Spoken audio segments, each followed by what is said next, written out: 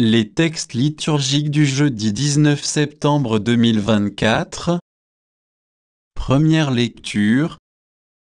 Voilà ce que nous proclamons, voilà ce que vous croyez. 1 Corinthiens 15, 1-11. Lecture de la première lettre de saint Paul apôtre aux Corinthiens. Frères, je vous rappelle la bonne nouvelle que je vous ai annoncée, cet évangile, vous l'avez reçu, c'est en lui que vous tenez bon, c'est par lui que vous serez sauvés si vous le gardez tel que je vous l'ai annoncé, autrement, c'est pour rien que vous êtes devenus croyants.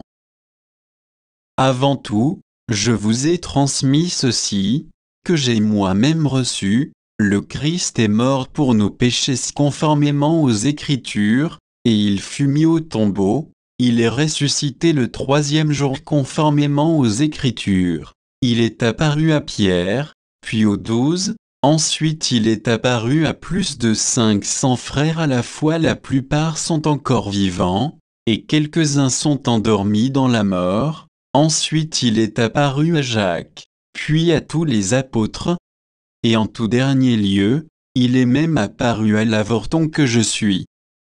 Car moi, je suis le plus petit des apôtres, je ne suis pas digne d'être appelé apôtre, puisque j'ai persécuté l'Église de Dieu, mais ce que je le suis par la grâce de Dieu, et sa grâce, venant en moi, n'a pas été stérile.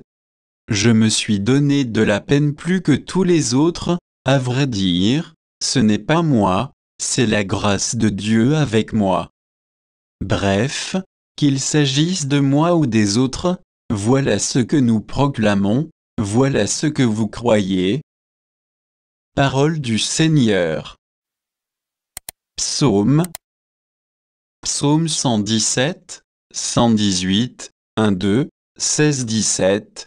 28-21. Rendez grâce au Seigneur, il est bon, éternel est son amour, oui, que le dise Israël, éternel est son amour.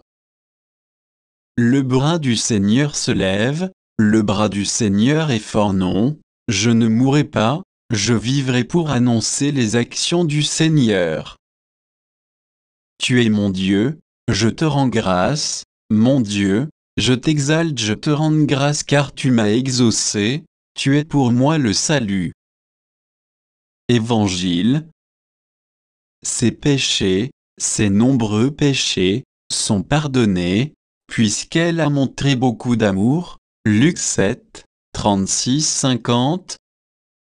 Évangile de Jésus-Christ selon saint Luc. En ce temps-là, un pharisien avait invité Jésus à manger avec lui. Jésus entra chez lui et prit place à table. Survint une femme de la ville, une pécheresse, ayant appris que Jésus était attablé dans la maison du pharisien. Elle avait apporté un flacon d'albâtre contenant un parfum.